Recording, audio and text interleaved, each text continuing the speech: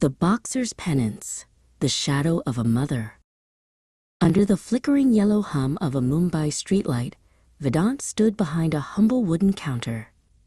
Once a man of towering boardrooms and boxing rings, he now moved with a quiet, practiced humility, pouring steaming tea into small glass cups.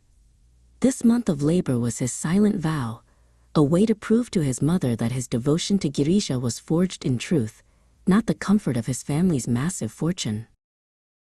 The evening's rhythm was shattered when three men stepped from the shadows, their presence a jagged contrast to the weary commuters.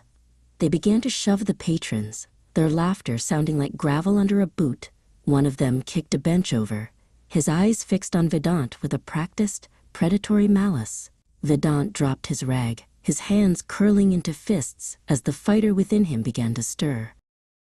Before the confrontation could boil over, two familiar figures charged into the light.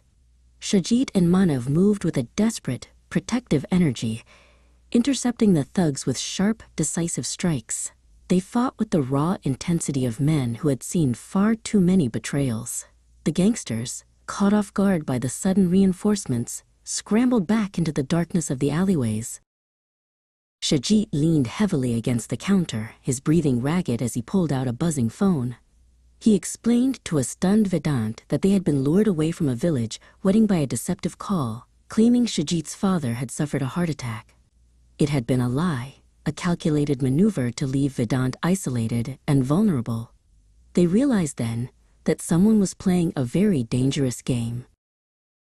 Miles away from the grime of the street, the Desai mansion stood as